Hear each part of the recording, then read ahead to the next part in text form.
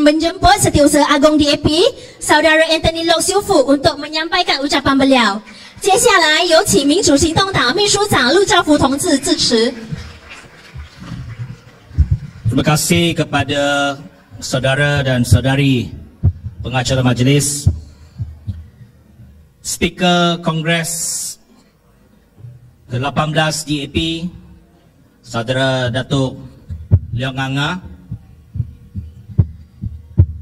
Yang Amat Berhormat Datuk Seri Anwar Ibrahim, Perdana Menteri merangkap pengerusi Pakatan Harapan, pengerusi DAP Kebangsaan, Saudara Lim Guan Eng dan seluruh pimpinan Jawatan Kuasa Tertinggi Pusat CEC DAP, pemimpin veteran kita, Saudara Tan Sri Datuk Seri Utama Lim Kit Siang, rakan-rakan dalam Pakatan Harapan, Yang Berhormat Abang Mat Sabu, pengerusi Parti Amanah Negara, Saudara Yvonne, Presiden APCO, rakan saya, Ketua Setiausaha Pakatan Harapan, Saudara Datuk Seri Saifuddin Nasution, serta semua tetamu dan rakan-rakan daripada parti-parti komponen, Parti Keadilan Rakyat, Parti Amanah Negara, Parti APCO, yang merupakan rakan sejati dalam Pakatan Harapan.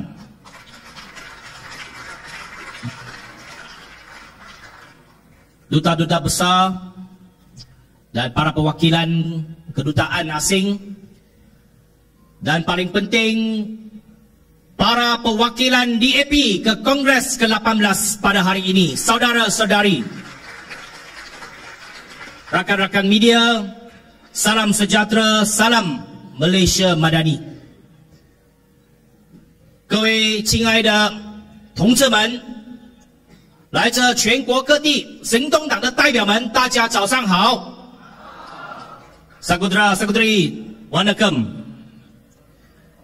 Your Excellencies, Ambassadors, High Commissioners, and representatives from the various diplomatic missions in Kuala Lumpur, a very warm welcome to all of you. I would like to acknowledge the presence of a few ambassadors, the Ambassador of the People's Republic of China, 中国驻马来西亚大使欧阳玉靖大使， Ambassador of the Republic of Cuba, Ambassador of the Embassy of the Russian Federation, Ambassador of the Republic of Kazakhstan, Ambassador of the Republic of Sudan, Ambassador of Switzerland, Acting Deputy High Commissioner from the British High Commission, Deputy High Commissioner of the Republic of Singapore, and all other representatives from the various missions. Once again, I would like to thank all of you for your presence and for your concern on the development of the DAP. Thank you.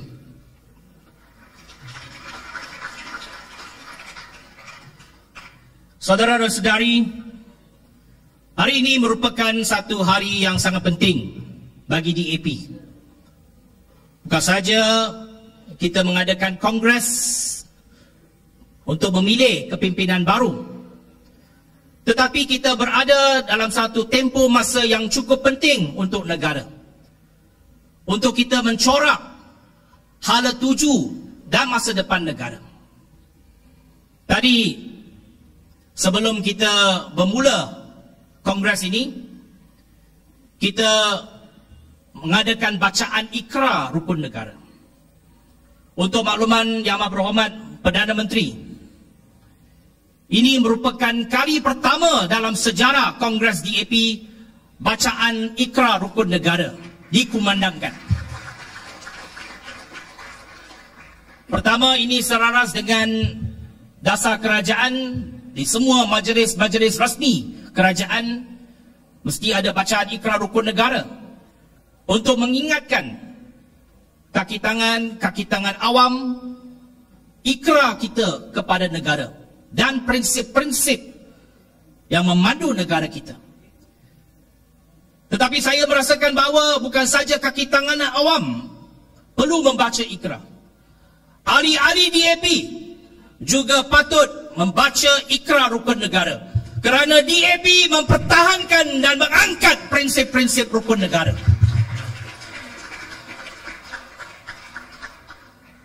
Kita perlu menghayati setiap perkataan dalam bacaan rukun negara tersebut.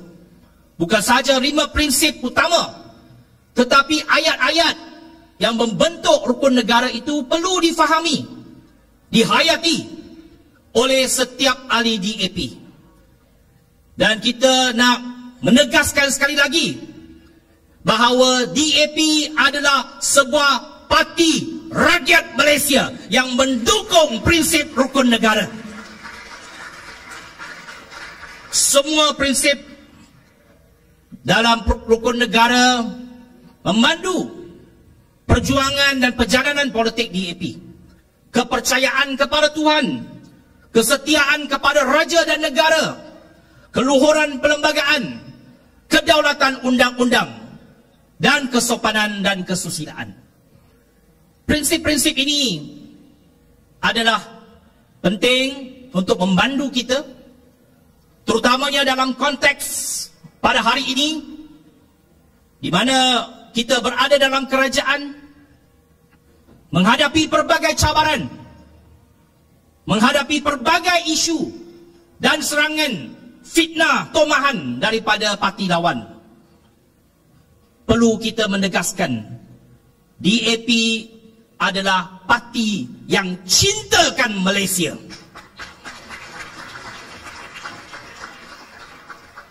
Walaupun kita tahu sejarah rukun negara ini dibentuk ataupun ditubuh, diadakan selepas strategi 13 Mei, satu sejarah hitam dalam negara kita.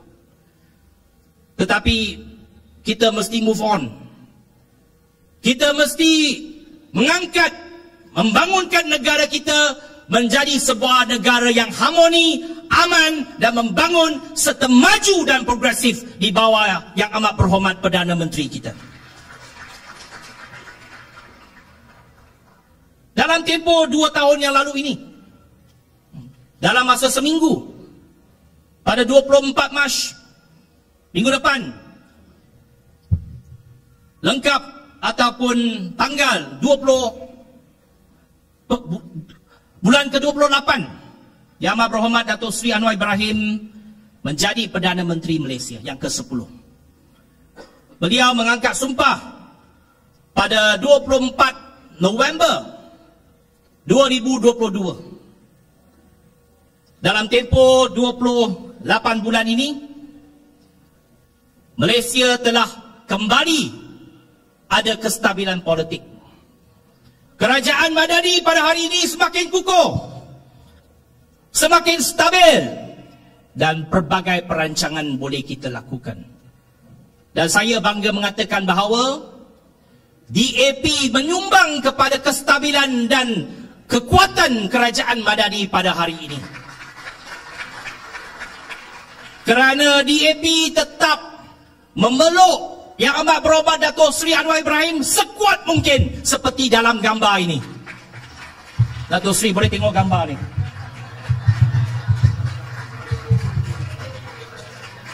Ini adalah gambar yang diambil di Bukit Gasing 1 jam selepas Datuk Seri Anwar Ibrahim mengangkat sumpah.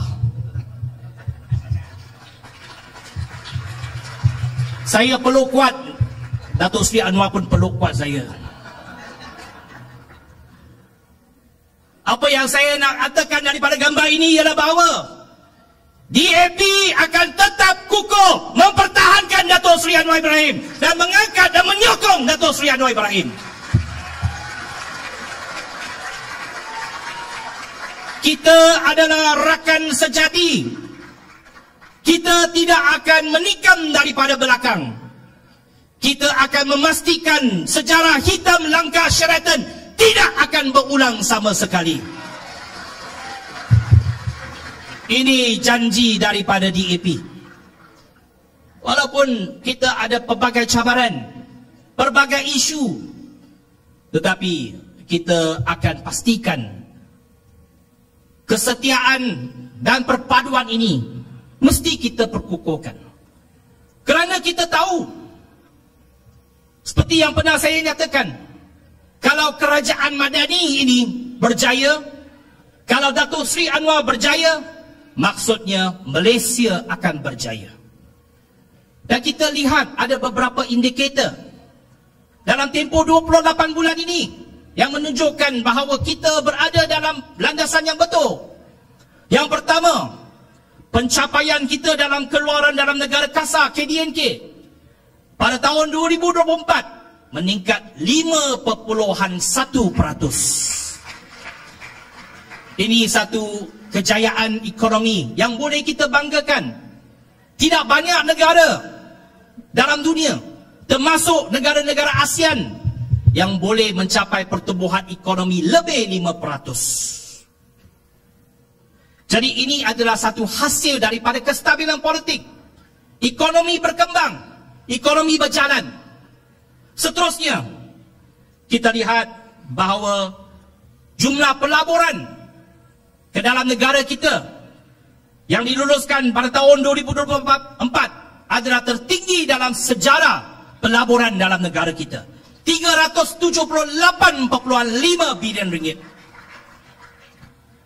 The total approved investment in the country was the highest ever in 2024 at 378.5 billion ringgit. Ini hasil daripada dasar kita yang mesra pelabur, hasil daripada usaha Perdana Menteri mengadakan hubungan diplomatik yang baik, mengadakan pelbagai lawatan ke negara-negara asing untuk menarik pelabur masuk ke dalam negara kita. Dan hasilnya 2024 kita mencatat angka yang tertinggi. Dan saya yakin ini bukan angka yang tetap, akan terus meningkat dari tahun ke tahun. Seterusnya, bukan saja pelaburan, perdagangan kita meningkat. Perdagangan antarabangsa terus mengukuh. Dan kita boleh lihat pelabuhan Klang menjadi pelabuhan ke-10 tersibuk di dunia pada tahun 2024. Ini kena sebutlah sebab ini pencapaian Menteri Pengangkutan. Depan PM ini kena sebut. Biar PM ada tahu bahawa antara pencapaian Madani, salah satu dia bawa portfolio Kementerian Pengangkutan.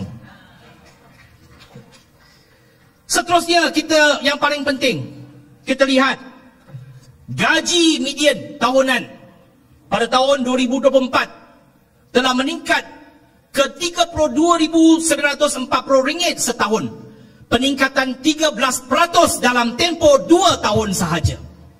Ini maksud gaji rakyat Malaysia secara puratanya, secara pendengarnya telah pun meningkat 13% dalam tempoh 2 tahun. Seterusnya, yang paling penting untuk golongan pekerja, dividen KWSP 2024 6.3%. Jumlah agihan 73.24 bilion. Jumlah dividen yang paling tinggi yang pernah diagihkan. Ini pencapaian, tetapi saya pelik. Kita bagi dividen tinggi, bagi kepada kaum pekerja. Ada 2-3 orang ahli parlimen yang tak puas hati. Dia tanya mengapa bagi begitu tinggi. Termasuk seorang ahli parlimen backbencher. Tapi tak apalah. Dia mungkin tak faham ekonomi. Dan yang seterusnya, kita lihat dari segi politik, kedudukan kerajaan Madani kukuh.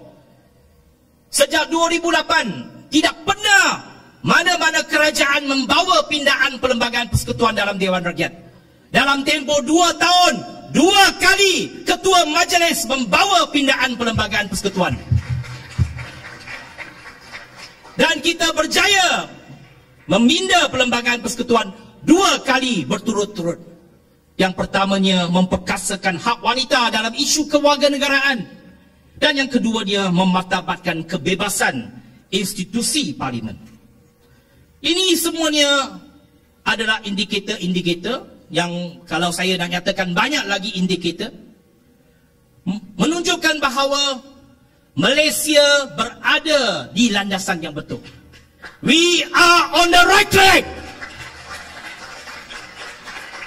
Kita kena bagi tahu kepada seluruh dunia the return of Malaysia in the global stage. We are on the right track and right path.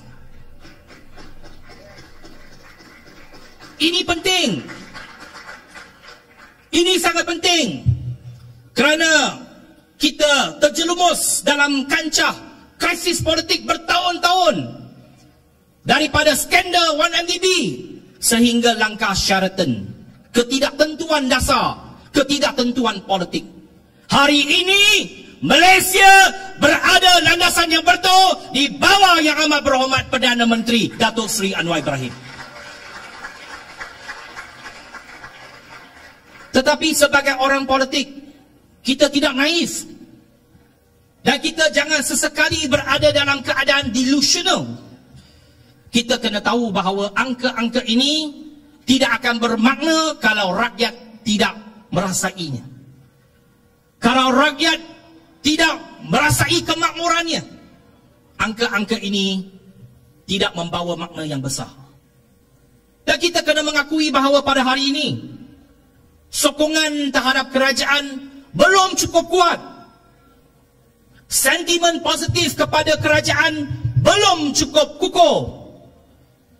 Belum ada lagi feel good factor yang boleh membawa kepada satu keyakinan yang besar.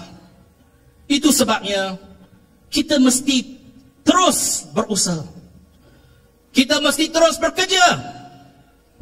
Terus memastikan bahawa ada reformasi dalam sistem pentadbiran. Mesti mengukuhkan ekonomi negara kita dan mengukuhkan pendapatan rakyat. Ini yang perlu kita bincangkan dalam tempoh, dalam Kongres pada hari ini. Dan pelbagai usaha perlu dilakukan oleh kerajaan dalam tempoh 24 bulan yang akan datang. Dan saya nak nyatakan pendirian DAP. Kita berharapkan bahawa kerajaan akan membawa 2 lagi pindaan Perlembagaan Persekutuan dalam tempoh 2 tahun yang akan datang. Iaitu yang pertama, meminda Perlembagaan Persekutuan untuk menghadkan tempoh perkhidmatan Perdana Menteri kepada maksimum 10 tahun. Ini merupakan tawaran dalam manifesto Pakatan Harapan pada PIU yang lepas. Kita bukan minta bahawa Datuk Seri Anwar Ibrahim berhenti, tetapi kita nak mengadakan satu pindaan ini supaya ini menjadi legasi Datuk Seri Anwar Ibrahim membawa reformasi dalam sistem pentadbiran negara kita.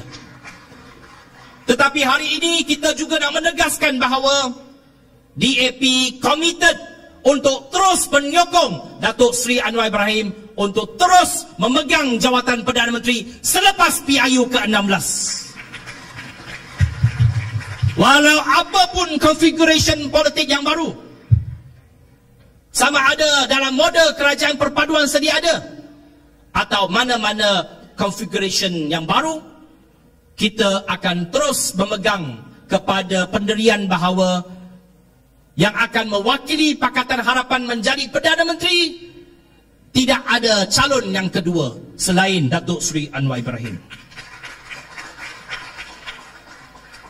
Yang keduanya, kita juga mengharapkan dan akan menyokong pindaan perlembagaan untuk melaksanakan pengasingan kuasa peguam negara dan pendakwa raya.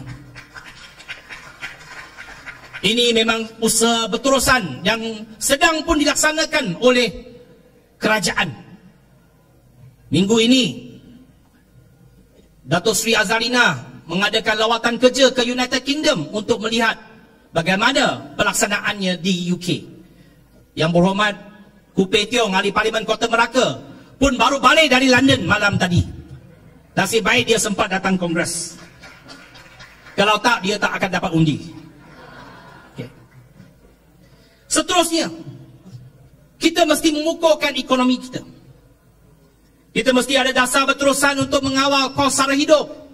Kita tahu, di serata dunia, isu kos sara hidup telah pun menjatuhkan banyak kerajaan, banyak parti pemerintah yang kalah dalam pilihan raya, dan faktor yang terbesar ialah kos sara hidup. Itu sebabnya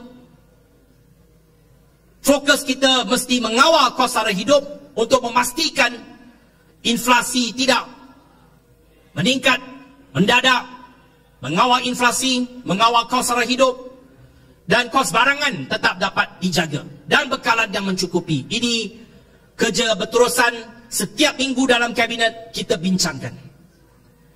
Yang kedua, meningkatkan pendapatan boleh guna rakyat.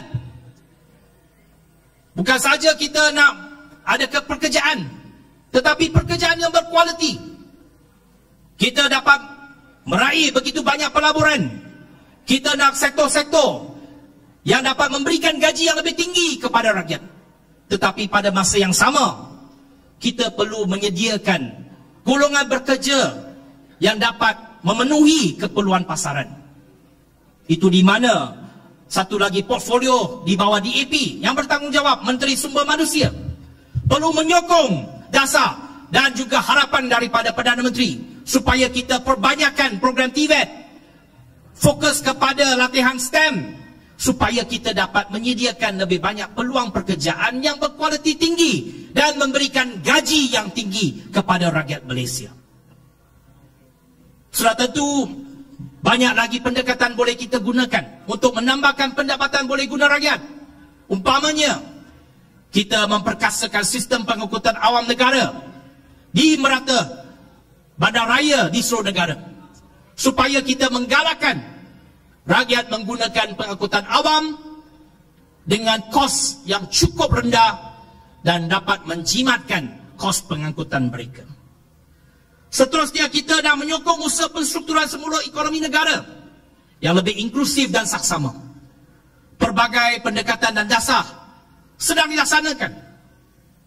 Sebagai sebuah parti sosial demokrasi, kita mahu kekayaan negara dapat dinikmati oleh semua rakyat, kemakmuran bersama oleh semua, ataupun tema yang selalu digunakan oleh kerajaan Malaysia, termasuk dengan hubungan dengan negara-negara luar, bahawa Malaysia mahu common prosperity, kemakmuran bersama, supaya setiap rakyat Malaysia boleh menikmati kemakmuran dan kemajuan yang kita dapat bawa kepada negara kita. Dan yang paling penting, yang saya rasa yang perlu kita laksanakan, yang perlu kita berikan kepada rakyat Malaysia menjelang PRU ke-16, ialah bahawa kita akan dapat memberikan harapan bahawa masa depan negara lebih cerah di bawah kerajaan Madani.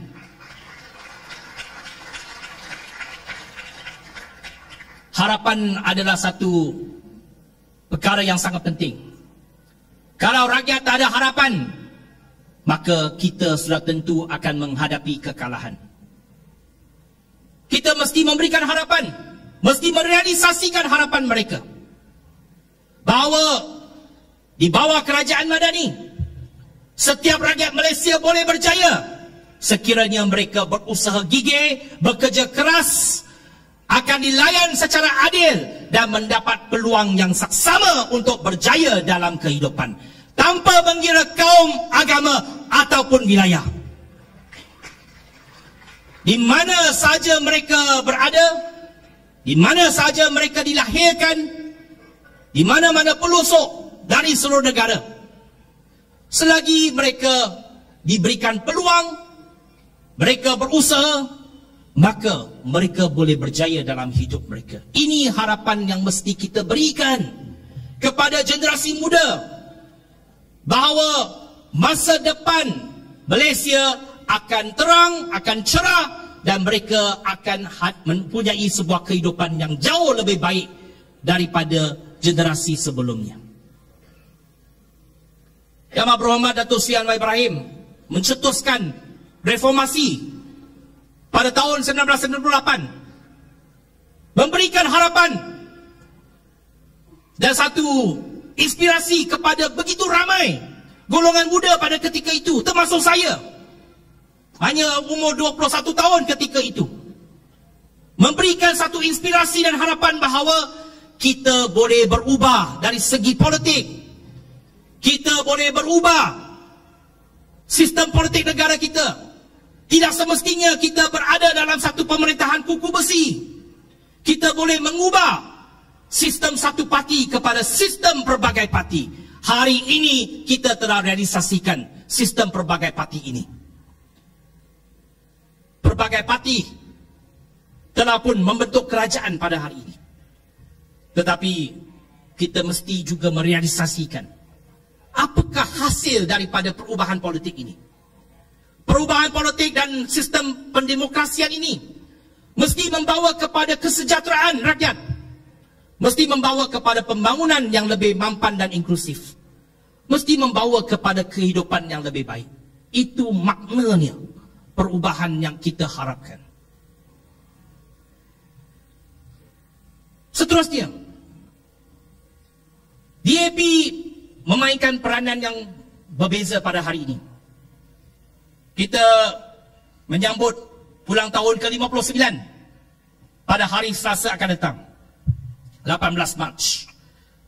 Tahun depan kita akan mencapai umur warga emas 60 tahun. DAP sudah dewasa, DAP sudah matang. Dan kini kita sedang menghadapi ataupun melalui satu fasa peralihan. Peralihan peranan daripada parti pembangkang tetap yang kita mainkan peranan itu dari tahun 66 sehingga 2008 ke arah peranan DAP sebagai rakan strategik dalam kerajaan. Sejak 2008 kita memerintah Pulau Pinang, Selangor bersama-sama dengan rakan-rakan komponen. Dan sekarang ini kita berada dalam kerajaan persekutuan. DAP akan terus menyumbang kepada kestabilan politik demi pembangunan Malaysia yang mampan dan inklusif. DAP akan tetap mempertahankan ciri-ciri kepelbagaian masyarakat Malaysia, masyarakat majmuk Malaysia. Kepelbagaian dari segi kaum, budaya, agama, bahasa. Ini merupakan ciri masyarakat kita yang patut dan perlu kita pertahankan selama-lamanya. Dan sudah tentu daripada sokongan akar umbi kita, kita akan tetap memperjuangkan hak-hak minoriti secara inklusif. Memang timbul pelbagai isu dari masa ke semasa.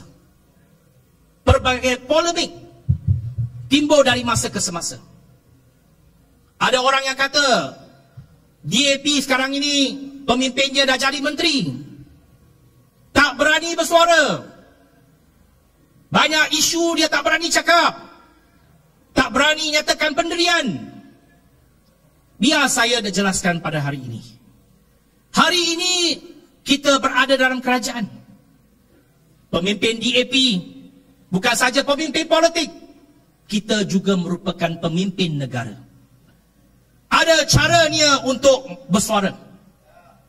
Bukan saja bersuara, kita kena berunding, kita kena berdialog, kita kena bermesyuarat. Yang paling penting, kita mesti cari jalan penyelesaian terhadap setiap isu dan polemik. Kalau setakat bersuara, menyatakan pendirian tetapi masalah tak selesai, apa gunanya? Sudah tentu kita akan tetap bersuara.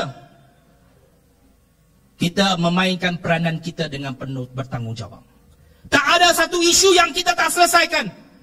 Apa saja polemik, kita bawa dan Perdana Menteri membangkitkan dalam mesyuarat mingguan Jemaah Menteri. Saya bagi satu contoh yang saya nak dedahkan pada hari ini. Bagaimana kita uruskan sesuatu isu besar. Menteri Dalam Negeri ada bersama kita pada hari ini. Pada bulan Mac tahun lalu, 2024, kita nak membawa pindaan Perlembagaan Persekutuan berkenaan dengan warga negara. Ada satu klausa berkenaan dengan frontering, iaitu KDN nak membawa pindaan supaya mana-mana bayi terbuang tidak akan diberikan kewarganegaraan secara automatik. Itu merupakan satu klausa, satu cadangan yang sangat kritikal, yang memang banyak pihak termasuk NGO mengkritik kerajaan, nyatakan bahawa itu tidak berperi kemanusiaan dan sebagainya. Dan memang ahli-ahli parlimen, bukan saja daripada DAP, daripada rakan-rakan lain dalam kerajaan juga tidak begitu selesa. Saya berterus terang dengan rakan saya, Menteri Dalam Negeri. Saya bawa dalam mesyuarat CEC. Saya panggil semua ahli parlimen. Esok kita nak bawa pindahan ini. Saya bagi kebebasan kepada setiap ahli parlimen. Saya nyatakan, sekarang kamu undi. Sebelum kita masuk Dewan Rakyat, sekarang undi dulu. Saya bagi kertas putih kepada setiap orang. Undi secara sulit. Kamu setuju atau tak setuju? Selepas undian, hanya 4 orang setuju bawa pindaan. Semua yang lainnya hadir tak setuju. Selepas mesyuarat, dalam mesyuarat, saya menggulung, saya katakan, baik, saya menghormati kebebasan ahli parlimen kita. Sebagai Setiausaha Agung, walaupun saya menteri, walaupun saya Setiausaha Agung ketua parti, saya tidak akan memaksa ahli-ahli parlimen kita untuk membuat sesuatu keputusan yang mereka tak setuju. Sebab ahli-ahli parlimen wanita kita kata, I cannot go against my conscience. Saya masih ingat, ramai ahli parlimen wanita, mereka kata, saya ibu, kalau mana boleh saya biarkan seorang bayi terbuang itu, bukan salah dia. Ibu bapa dia salah, letakkan dia di tepi jalan, lepas itu dia hilang hak warga negara. Banyak kata, saya tak boleh menerima. Against my conscience. Baik, saya kata. Dengan keputusan itu, saya kata, saya akan terus berjumpa dengan Perdana Menteri. Kebetulan saya ada temu janji dengan Perdana Menteri pada malam itu. Saya bagi tahu kepada mereka, kalau saya tidak dapat meyakinkan Perdana Menteri untuk mengubah pendirian itu, esok juga saya akan meletakkan jawatan sebagai menteri. Anda semua boleh bebas break ranks, you vote against on your conscience di dalam Dewan Rakyat. Saya bawa kepada Perdana Menteri. Bang Mat ada, Saifuddin ada, di Seri Perdana. Saya cakap kepada Datuk Seri Anwar Ibrahim, saya kata ramai ahli parlimen tak setuju. Saya tak kata saya akan letak jawatan.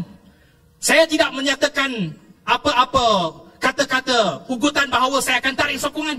Saya hanya kata Datuk Seri boleh pertimbangkan ke tidak. Sebab ramai ahli parlimen tak setuju perkara itu. Perdana Menteri menyatakan, dia tanya kepada Saifuddin, sangat pentingkah pindaan ini? Itu perkara yang sudah ada berpuluh tahun. Dia kata dia sendiri pun merasai bahawa dari segi kemanusiaannya mungkin kita perlu pertimbangkan. Tak sampai 15 minit perbincangan, Perdana Menteri setuju minta Menteri Dalam Negeri esok tangguhkan pindaan itu. Apa yang saya nak ceritakan pada hari ini? Yang pertamanya saya nak sebut kepada semua ahli DAP bahawa yang pertamanya, DAP tidak akan menggadaikan prinsip demi jawatan. Kalau ada suara tentangan daripada ahli-ahli parlimen, daripada ahli-ahli CEC yang tidak sehaluan dengan kerajaan, yang kalau saya tak boleh membawa apa-apa perubahan, saya sanggup melepaskan jawatan pada hari itu juga. Saya pernah jadi menteri, hilang menteri, jadi menteri kembali, tak menjadi masalah. Tetapi pada masa yang sama, kita kena adil kepada Perdana Menteri. Dato' Sri Anwar Ibrahim adalah seorang pemimpin Demokrat. Dato' Sri Anwar Ibrahim is a Democrat. He will listen to arguments. He will listen to different opinions. Kena bawa kepada Perdana Menteri hujah yang kuat, hujah yang meyakinkan. Tetapi bercakap dengan Perdana Menteri adalah skill dia. Ada arts dia. Betul tak? Kita rakyat Malaysia, rukun negara, kesopanan dan kesusilaan. Dengan Perdana Menteri mesti sopan. I pergi cakap dengan Dato' Sri, this is our opinion. Can you please reconsider? Takkanlah saya pergi cakap, Dato' Sri kamu tak setuju, saya tak ada sokongan. Itu kurang ajar. Betul tak? Dulu kita pembangkang boleh cakap macam tu. Hari ini kita bersama-sama dalam kerajaan. Dulu kita boleh mengugut parti lawan, boleh mengugut Perdana Menteri sebab dia parti lawan. Hari ini kita berada dalam satu kapal. Beliau nakoda kita. Kalau tiap-tiap hari bagi amaran, bagi ugutan, nanti nakoda pengsan macam mana? Kapal hilang sesat nanti. Ada cara dia. Jadi kena faham peranan kita pada hari ini. DAP bukan tak berani bersuara, tetapi bersuara dengan strategik, bersuara dengan sopan, bersuara dengan cerdik. Yang penting kita selesaikan masalah. Tak ada apa masalah yang tak boleh selesai. Dan pengalaman saya dalam 28 bulan, isu yang hangat begitu macam mana pun, bawa dalam kabinet, ada jalan penyelesaiannya. Isu garis panduan kepada orang bukan Islam terhadap golongan majlis yang dianjurkan oleh orang bukan Islam terhadap golongan Muslim dibincangkan dalam kabinet. Perdana Menteri sendiri selesaikan isu itu. Itu contoh yang saya nak yakinkan para perwakilan bahawa hari ini kalau ada apa-apa isu sebagai Setiausaha Agung, sebagai anggota pentadbiran, kalau saya orang pertama keluar nak bantai rakan sejawat dalam kabinet, ada menteri cakap macam tu, jawab mungkin cadangan, jadi huru-hara, jadi polemik, saya terus keluar bantai dia. Menteri dengan menteri lawan. Ada war of words. Ada perang dalam media. Huru-hara kerajaan kita. Perdana Menteri menguruskan 19 parti dalam kerajaan. Kita mesti faham keadaan sekarang. Sebab pemimpin DAP bukan sahaja pemimpin politik, tetapi kita adalah pemimpin negara. Dan ini kod yang saya nak nyatakan kepada semua. Bukan sebagai pemimpin saja, kepada semua ahli DAP. We are not just politicians, but aspire to be nation builders. Kita bukan saja ahli politik, tetapi kita mesti berhasrat menjadi pembina negara. Sama-sama kita membina negara tercinta ini bersama-sama dengan Perdana Menteri dan semua kita. Saudara dan saudari, seperti yang saya katakan, kita telah menjadi sebuah parti yang besar, parti kerajaan, mempunyai 40 ahli parlimen, hampir 100 ahli Dewan Undangan Negeri. Dan sudah tentunya apabila parti menjadi besar, masalah pun menjadi lebih besar. Ahli menjadi lebih ramai, isu pun lebih ramai. Sebab ada manusia, mesti ada isu. Ada manusia, mesti ada politik. Dan saya telah pun mengesan bahawa ada beberapa masalah yang mungkin timbul pada masa hadapan. kita lihat di merata dunia, semua parti politik, mengapa ada masalah dalaman? Puncanya salah satunya ialah dari segi pemilihan calon. Sebab sekarang ini kita nak bertanding 100 lebih kerusi, tapi yang nak jadi calon 1,500 orang, mungkin 3,000. Nak pilih 100 lebih saja jadi calon. Jadi sudah tentu akan ada pergaduhan, ada pertikaian apabila mereka tak terpilih. Dan saya telah lihat bahawa simptom-simptom ini mula timbul dalam parti kita. Itu sebabnya sebagai Setiausaha Agung, saya tak boleh membiarkan penyakit ini menjadi pandemik. Sebelum menjadi pandemik, mesti ada vaksin disuntik dalam parti kita. Itu sebabnya saya nak membawa perubahan dan reformasi dalam parti kita. Yang pertamanya, kita mesti membina satu mekanisme penilaian calon yang lebih sistematik dan telus. Biar semua orang tahu mengapa mereka dipilih ataupun tidak dipilih. Ada satu sistem penilaiannya.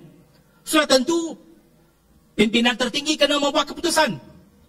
Tetapi keputusan mesti berasaskan kepada satu sistem penilaian yang semua pihak mesti terima. Yang keduanya, saya nak umumkan bahawa kita mahu menginstitusikan jawatan kuasa pemilihan calon dalam perlembagaan parti. Ada pihak mengatakan bahawa jawatan kuasa ini tak ada legitimasi sebab tidak ada tertera dalam perlembagaan. Tak ada masalah bagi kita. Kita letakkan jawatan kuasa ini dalam perlembagaan parti supaya perlembagaan parti memberikan legitimasi kepada jawatan kuasa pemilihan ini. Sudah tentunya ini melibatkan pindaan perlembagaan parti. Kita tak akan membuat pindaan pada hari ini. Kita perlu membahaskan lagi, membincangkan, mencari mekanisme terbaik. Dan dalam tempoh 18 bulan, ini antara kerja yang mesti diselesaikan oleh jawatan kuasa eksekutif tertinggi yang baru, CEC yang baru, dan bawa balik untuk pindaan perlembagaan parti dalam Konvensyen Kebangsaan pada 2026, 18 bulan daripada sekarang. Yang keduanya, saya nak mencadangkan supaya kita mewujudkan secara rasmi beberapa jawatan baru dalam struktur CEC dan dimasukkan dalam perlembagaan parti. Kerana kita sudah ramai pemimpin sekarang, perlu ada mengkhususkan tugas dan peranan mereka. Dan untuk mengelakkan bahawa pemimpin DAP dilabel sebagai tidak bersuara ataupun mengekang hak bersuara, saya mencadangkan jawatan Ketua Parlimen DAP dimasukkan dalam perlembagaan parti. Dan jawatan ini mesti dilantik dari kalangan bukan anggota pentadbiran apabila parti berada dalam kerajaan. Maksudnya, menteri dan timbalan menteri tak boleh memegang jawatan ketua menteri. Jadi selepas CEC ini, Saudara Komeng, maaf, kita nak pilih ahli ketua parlimen yang baru. Sebab dia dah jadi menteri, sangat sibuk. Dia kena jaga ramai orang, kena jaga bina rumah, kena jaga bomba. Jadi jaga ahli parlimen, biar orang lain jaga. Dan mewakili parti untuk menyatakan pendirian parti without fear or favor dalam Dewan Rakyat.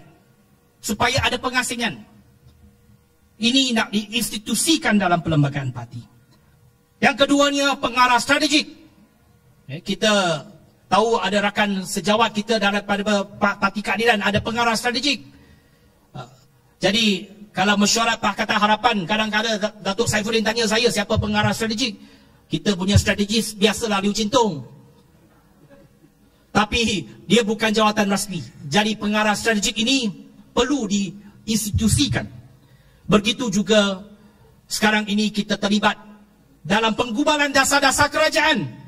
Jadi parti juga kena ada satu sistem yang lebih baik supaya kita dapat membincang dan membahaskan dasar-dasar yang nak dilaksanakan oleh kerajaan supaya ia tidak bertentangan dengan prinsip perjuangan parti. Jadi pengarah dasar juga akan diwujudkan. Dan yang keempat, untuk memastikan DAP sentiasa bersedia untuk pilihan raya, kita nak mewujudkan jawatan pengarah pilihan raya secara rasminya dalam perlembagaan parti. Seterusnya, DAP adalah sebuah parti yang progresif. Kita mengangkat kedudukan wanita. Hari ini saya nak mencadangkan bahawa ketua wanita DAP akan dilantik sebagai anggota tetap dalam jawatan kuasa pemilihan calon.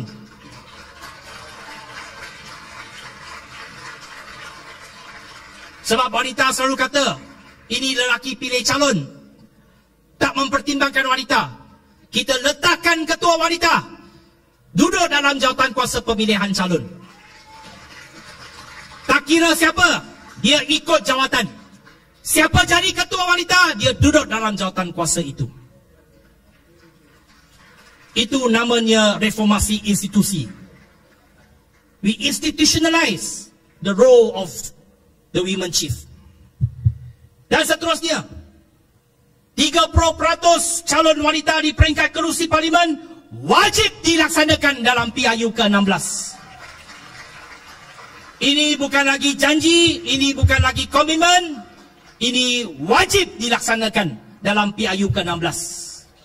Sekarang kita ada 40 ahli parlimen. Kita sekurang-kurangnya akan mempertahankan 40 kerusi ini, kalau tak lebih. Sudah tentu kita nak lebih lah. Nanti perundingan kerusi dengan Saifuddin lain cerita. Okay? 40 kerusi kekal, paling kurang kita mesti ada 12 calon parlimen wanita. Sekarang kita ada 10 ahli parlimen wanita. Maksudnya ada tambahan sekurang-kurangnya 2 ataupun lebih. Jadi ini mesti kita laksanakan dalam PIU yang ke-16. Selain daripada wanita, kita tak lupa juga golongan muda. Anak muda merupakan masa depan negara dan juga parti kita. DAP adalah sebuah parti yang sentiasa menghargai peranan anak muda. Kita mesti menjadi parti yang didekati, disenangi oleh anak-anak muda. Kita berani meletakkan calon daripada golongan anak muda. Dalam sejarah kita, ini merupakan satu track record yang begitu cemerlang. Bermula daripada saudara Lim Kee Siang jadi ahli parlimen pada umur 28. Saudara Lim Guan Eng 26 dah jadi ahli parlimen. Saya jadi adun 27. Dan ramai lagi. Pada tahun lepas, pilihan raya negeri kecil Kuala Kubu Baru, kita meletakkan seorang calon wanita muda berumur 31 tahun, Pang Sok Tau, dan menang secara bergaya. Ini membuktikan bahawa DAP mesti berani memberikan peluang kepada anak-anak muda. Saya nak bagi cabaran kepada DAPSI supaya ketengahkan calon untuk dipertimbangkan yang kurang daripada 27 tahun. Tetapi bukan saja usia muda lah. Kena ada bakat, kena ada keupayaan melaksanakan tanggungjawab dan tugas. Dan saya harap ada calon semuda 20-an akan diletakkan sebagai calon DAP dalam PIU yang akan datang. Seterusnya, saudara dan saudari, saya tahu isu ini telah lama dihangatkan, iaitu isu anugerah. Sebelum ini kita ada dasar tidak membenarkan mana-mana wakil rakyat DAP menerima anugerah, datuk dan sebagainya. Tapi sekarang, setelah hampir 17 tahun kita berada dalam pelbagai kerajaan negeri dan dalam kerajaan pusat sekarang ini, kita sudah tentunya perlu melihat balik syarat-syarat ini dalam dasar kita. Tak boleh terlalu ketat kerana ada kala ada sultan yang ingin menganugerahkan Datuk Syif kepada wakil rakyat kita. Contohnya, Duli Yang Maha Mulia Sultan Selangor, Tuanku Sultan Selangor bertitah secara terbuka nak bagi anugerah Datuk kepada Ng Swee Lim. Tuanku Sultan Selangor ucap secara terbuka, dia kata Ng Swee Lim 5 penggal nak bagi Datuk dia. Kalau ikut syarat parti tak boleh terima. Kalau Ng Swee Lim tak terima, dia derhaka. Jadi Ng Swee Lim terpaksa dah. Bukan terpaksa dah, dia memang nak pun.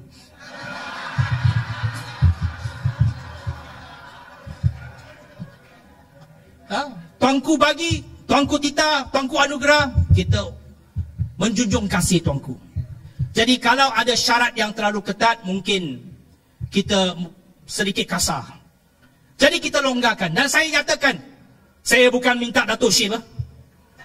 Dan memang Datuk Seri Anwar Ibrahim sangat ketat dalam penganugerahan.